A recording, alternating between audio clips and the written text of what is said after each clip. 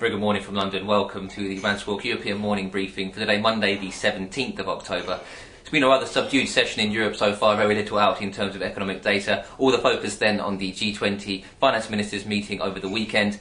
Apart from the usual platitudes regarding the fixing of the European debt crisis, a couple of interesting comments. Firstly, out of the German finance minister, noting that Greek haircut write-downs will have to be around 50 to 60%, being contradicted by the head of the IIF, Charles de Lara, noting that the July 21st agreements of 21% haircuts should not be altered, so a possible sticking point there.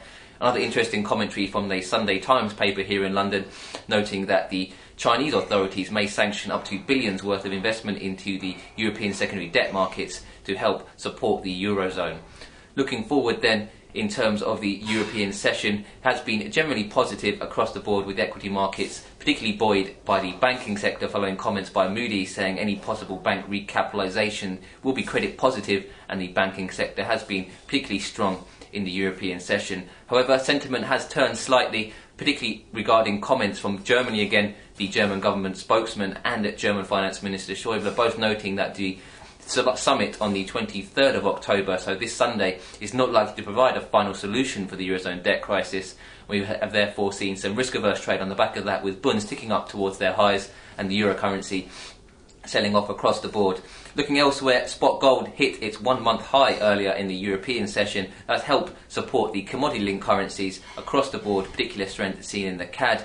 And elsewhere, the energy complex, after rallying quite strongly in early trade, given the strength on gold in early trade, we have seen the WTI and Brent crude futures give back some of their gains quite sharply, as the dollar index has just gained some traction recently.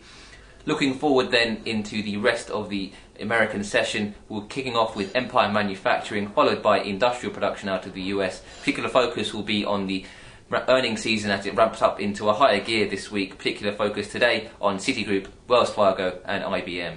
But that's enough from me. Have yourselves a great trading day.